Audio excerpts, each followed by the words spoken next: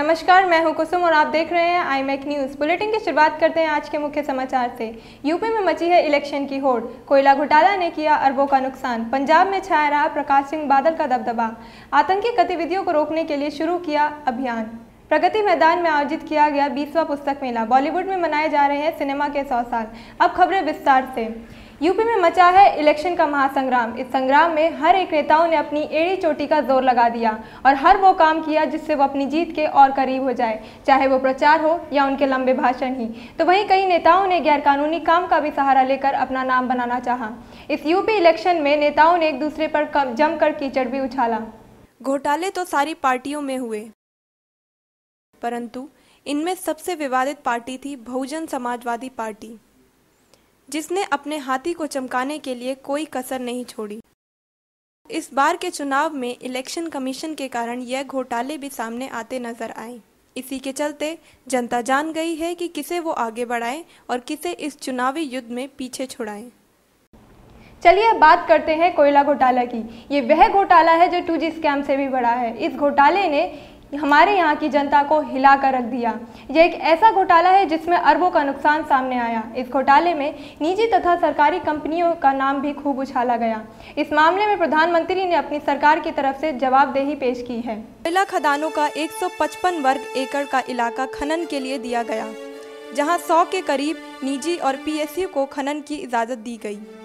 खनन की इजाज़त नीलामी के आधार पर दी जानी थी, लेकिन सरकार ने 2006 में अपनी चलाते हुए इन नियम कानूनों को अनदेखी कर इजाज़त दे दी, जिसकी वजह से सरकारी खजाने को इतना बड़ा नुकसान उठाना पड़ा। इन कंपनियों को सरकार ने जो ठेका दिया था उसमें दाम सबसे घटिया दर्जे के कोयले के लगाए। खुद तो बढ़िया कोयले से मालामाल हो गई और साथ ही सरकारी खजाने को भी लूटती रही। Jindal steel and power limited ने भी कम नहीं बल्कि 21,226 करोड़ को बटोर लिया। और वहीं 3 की तिगड़ी वाली भूषण स्टील, जय बालाजी, रश्मि एंड ने भी 15,967 करोड़ का चूना लगा दिया सरकार को। वहीं टाटा स्टील भी इन सब में पीछे नहीं रही, उसने भी 7,161 करोड़ को ढकार लिया। और पब्लिक सेक्टर की कंपनीज में सबसे उच्च स्थान पर NTPC, जो कि बिजली उत्पादन करती है, इसने भी सरकार से 35,024 करोड़ का लाभ उठाया। को मिलाकर करीब 1 दर्जन कंपनियों ने जो कोयला आता है बहुत काम, इस बार उसने कर दिया है सरकार को बदनाम। घोटालों की गुत्थी सुलझ नहीं पाती और फिर नेता कहते हैं लो आ गई एक और गुत्थी जो हमसे सुलझाई नहीं जाती। कैग की रिपोर्ट में कहा गया कि 2004 से 2009 तक काम करने और इससे फायदा उठाने वाली कंपनी स्टील, पावर और सीमेंट उत्पादन से जुड़ी है और इनकी वजह से ही सरकारी खजाने को इतना बड़ा नुकसान उठाना पड़ा है। The CWG scam is of ₹70,000 crore. 2G scam is ₹1.76 lakhs crore, but now the new coal scam is of ₹10.67 lakh crore. It is a government of scams, from airways to mining.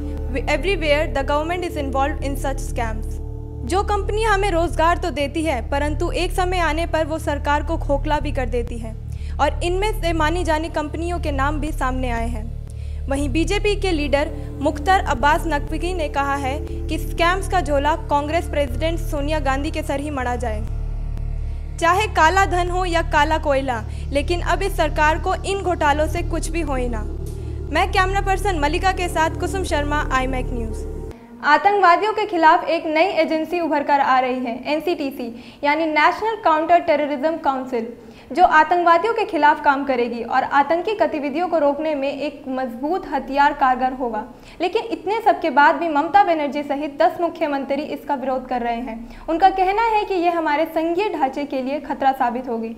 वहीं गुजरात के मुख्यमंत्री नरेंद्र मोदी ने इसकी कड़ी निंदा की है।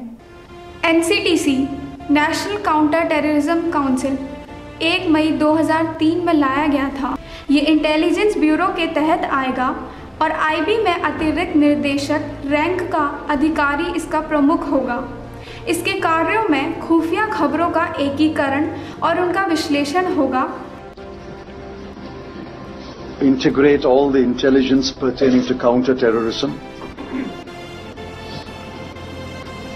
Coordinate with the relevant investigation and intelligence agencies. गिरफ्तारी तलाशी का अधिकार होगा अब सवाल उठता है कि इतने सब कार्यों के बाद भी इसके विरोध की क्या वजह है। आतंकवाद से लड़ने के लिए गठित राष्ट्रीय आतंकवाद रोधी केंद्र NCTC के विरोध में 10 मुख्यमंत्रियों ने विरोध किया है। कुछ राज्य भी इसका विरोध कर रहे हैं, जैसे उड़ीसा, तमिलनाडु, गुजरात, बिहार और पंजाब। राज्यों के अधिकार में अनावश्यक हस्तक्षेप है और राज्यों पर अविश्वास करने के समान, और देश ऐसे नहीं चलता। इतना बड़ा मुल्क विश्वास से चलता है, अविश्वास नहीं चलता। जो संघीय ढांचा है उसका सम्मान होना चाहिए, इसलिए हमने कहा है कि इस पर पुनर्विचार होना चाहिए। भारत का संघीय ढांचा, फेडरल स्ट्रक्चर, ये देश की एकता के लिए, देश के विकास के लिए, कलेक्टिव रिस्पॉन्सिबिलिटी के लिए, डिस्ट्रीब्यूशन ऑफ वर्क के लिए एक बहुत ही अच्छी वैज्ञानिक व्यवस्था है। लेकिन पिछले कुछ वर्षों से दिल्ली में यूपीए सरकार भारत के संघीय ढांचे पर कठोराघात कर रहे हैं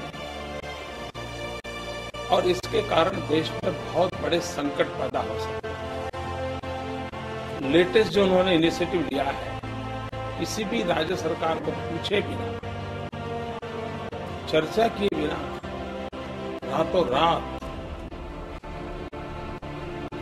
जो जिम्मा स्टेट का है लॉ एंड ऑर्डर, उसके अधिकारों को छीन लेना,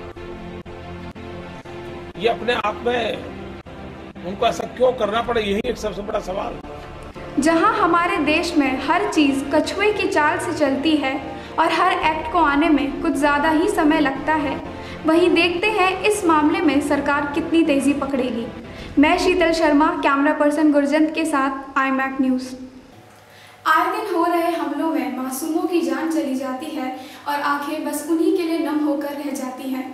लेकिन बस अब और नहीं होगा ये आतंकवाद का अत्याचार, क्योंकि जवाब देने आ गया है NCTC यानी नेशनल काउंटर टेररिज्म का मजबूत हथियार। आतंकवादी जैसी जटिल समस्याओं को खत्म करने के लिए केंद्र सरकार ने NCTC का गठन करने का फैसला किया। इनके कुछ कार्यों में खुफिया खबरों का एकीकरण और उनका विश्लेषण होगा और साथ ही गिरफ्तारी तलाशी का अधिकार होगा। अब सवाल उठता है कि आखिर इसके विरोध की क्या वजह है। यूपीए की अहम सदस्य ममता बनर्जी सहित कई मुख्यमंत्रियों का कहना है कि NCTC को केंद्र की ओर से कानूनी ताकत देश के संघीय ढांचे के लिए खतरा है। इससे केंद्र और सरकार के बीच संबंध बिगड़ सकते हैं। मैं शीतल शर्मा, कैमरा पर्सन गुरजंत के साथ IMAC न्यूज़। पंजाब इलेक्शन की बात की जाए तो प्रकाश सिंह बादल पूरे जोर शोर से छाए रहे। पंजाब की सत्ता में प्रकाश सिंह का आना किसी नए ट्रेंड की तरह माना जा रहा है। हम जानते हैं कि पंजाब में अकाली दल की जीत हुई है। यहाँ पंजाब ने प्रकाश सिंह बादल ने एक नया इतिहास रच दिया है। वह लगातार दूसरी बार सत्ता में आए हैं।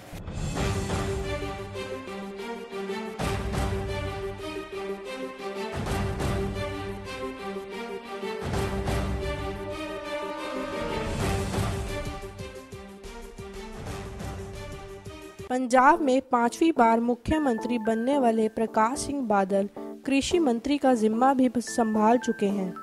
आज़ादी से ही राजनीति में दिलचस्पी रखने वाले प्रकाश सिंह बादल ने पहली बार राजनीति में कदम 1947 में रखा। 27 मार्च 1970 में पहली बार बने पंजाब के मुख्यमंत्री और यही सफर जारी रहा 1977, 1997, 2007 और अब 2012 में भी। प्रकाश सिंह बादल ने यह भी दावा किया कि उन्होंने इन 5 सालों में पंजाब में इतना काम किया है जितना पिछले 50 सालों में भी नहीं हुआ। कहने को तो बादल ने यह भी दावा किया कि वह स्टूडेंट्स को लैपटॉप देंगे और पूरे पंजाब को वाईफाई करवा देंगे। देखते हैं कि अब बादल कितनी बारिश कर पाएंगे पंजाब पर। मैं शमा ग्रोवर, कैमरा पर्सन मल्लिका शर्मा के साथ IMAC न्यूज़। हर साल की तरह इस साल भी दिल्ली के प्रगति मैदान में 20वां पुस्तक मेला आयोजन किया जा रहा है। इस बार पुस्तक मेले में दर्शकों की संख्या पिछले सालों की तुलना में बेहद कम पाई गई। पुस्तक मेले में लोगों की संख्या कम होने का कारण ई-बुक्स की बढ़ती लोकप्रियता को माना जा रहा है। चाहे वाल्मीकि द्वारा रचित रामायण की बात हो या श्री कृष्ण के गीता उपदेश, किताबों ने हमारा साथ पीढ़ी दर पीढ़ी दिया। हमेशा से ये कहा जाता है किताबें इंसान की सच्ची दोस्त होती हैं। जो इंसान का हमेशा साथ देती हैं। हर साल की तरह इस साल भी दिल्ली के प्रगति मैदान में विश्व पुस्तक मेले का आयोजन किया जा रहा है, जिसे देखने के लिए भारी संख्या में लोग आ रहे हैं। यहाँ आकर आपको हर एक वो पुस्तक मिल जाएगी जिसे आप लंबे समय से खोज रहे हैं। पुस्तक मेले में भीड़ कम होने का एक कारण ई बुक्स की बढ़ती लोकप्रियता को भी माना जा रहा है। हेलो सर, मैं आपसे पहले ये जानना चाहूँगी कि ई बुक्स का ज़माना है कि यंगस्टर जो है उसको काफ़ी फॉलो करते हैं, तो आज के दौर में जो रीडरशिप कम होती जा रही है उसके बारे में आप क्या कहेंगे? मैडम, मैं इस लाइन में बहुत सालों से हूँ और जो ई का जो प्रचलन अभी आया है, मैं अमेरिका में इसको आए हुए 15-20 साल पहले देख चुका हूँ। वहाँ पर ई बुक्स 15-20 साल पहले आईं, आके चली गईं और प्रिंट अभी भी बरकरार है। हमारे मुल्क में भी ई बुक्स आएंगी, इसका बुखार उतर जाएगा और ई और प्रिंट को एग्जिस्ट करेंगी, कोई किसी को रिप्लेस नहीं करेगा। This is my judgment. Thank you sir. किताबों का महत्व समाज में हमेशा से रहा है। चाहे ई बुक्स के आ जाने से किताबों और ई बुक्स में काफ़ी प्रतिस्पर्धा को देखने को मिल रही है, लेकिन फिर भी किताबें पाठकों के लिए हमेशा खास रहेंगी।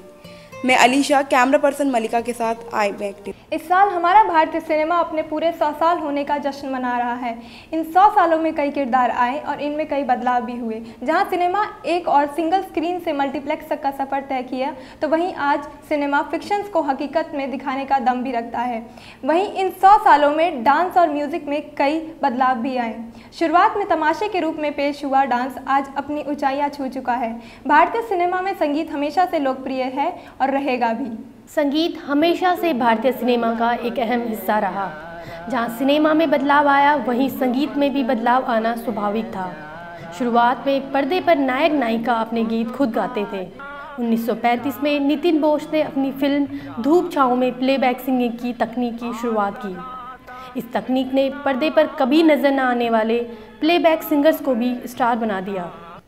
भारतीय सिनेमा में लोगों ने हर तरह के गानों को पसंद किया है। हजारों रंग के नजारे बन गए, सवेरा जब हुआ तो फूल बन गए, जो रात आई तो सितारे बन गए। चाहे वो गुलजार साहब के गाने हों, गुरदर्द के दर्द भरे गीत या मोहम्मद रफ़ी के प्यार के नगमे, लोगों को इन्होंने हमेशा से मोहित किया है। घर मिल जाए तो क्या है। भारतीय सिनेमा के संगीत ने ही लता मंगेशकर के सुरों को स्वर कोकिला का ताज पहनाया। संगीत की इस बेमिसाल दुनिया में जहां देशभक्ति के गीत जिंदगी की न टूटे लड़ी, प्यार कर ले घड़ी दो घड़ी, और दिलों को धड़काने वाले गीतों का दौर आया, वहीं देखते ही देखते रॉक और कुछ ऐसे गाने जिनका मतलब तो कुछ नहीं है, लेकिन कदमों को एक बार ज़रूर थिरका देते हैं।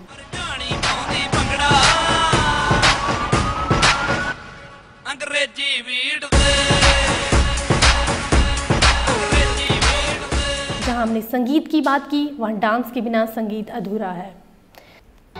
भारतीय सिनेमा में डांस की शुरुआत तमाशे के रूप में हुई, फिर सिनेमा में बदलाव आया तो डांस में भी सुधार हुआ। मुगले आजम में मधुबाला ने अनारकली की अदाओं से सबका मन मोह लिया। आज कहेंगे दिल का फसाना, जान भी ले चाहे जमाना, मौत वही जो दुनिया देखे, मौत वही। उसके बाद दौर बदला, अन्य अभिनेत्रियों ने भी अपने जलवे दिखाए, जिनमें वैजंती माला और वहीदा रहमान मुख्य हैं। जहां डांस की बात की है, वहां हेलन का नाम ना लिया जाए तो डांस की बात अधूरी है। 70 के दशक की फिल्मों में हेलन का एक डांस ज़रूर होता था, जो फिल्म को हिट करने में पूरा योगदान देता था।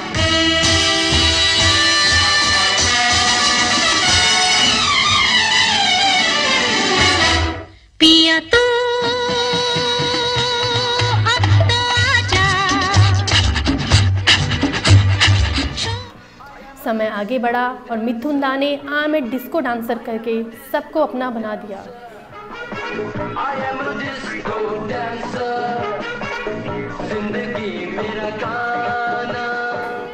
वहीं श्रीदेवी ने नागिन डांस और रेन डांस कर भारतीय सिनेमा में नया ट्रेंड शुरू किया।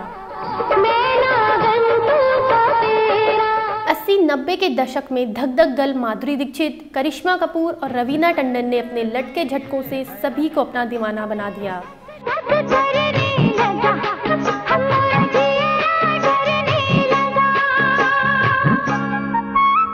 2001 में ऋतिक रोशन ने कहो ना प्यार है में हिप हॉप और माइकल जैक्सन का स्टाइल करके डांस की एक नई मिसाल कायम की।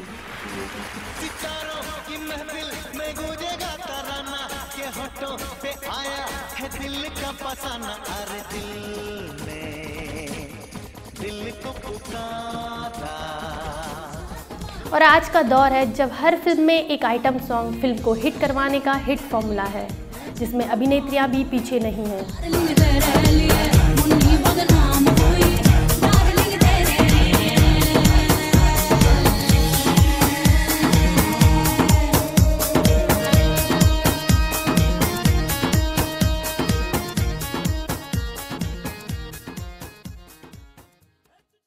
इस बुलेटिन में बस इतना ही। बाकी और खबरों के लिए देखते रहिए वर्ल्ड न्यूज़।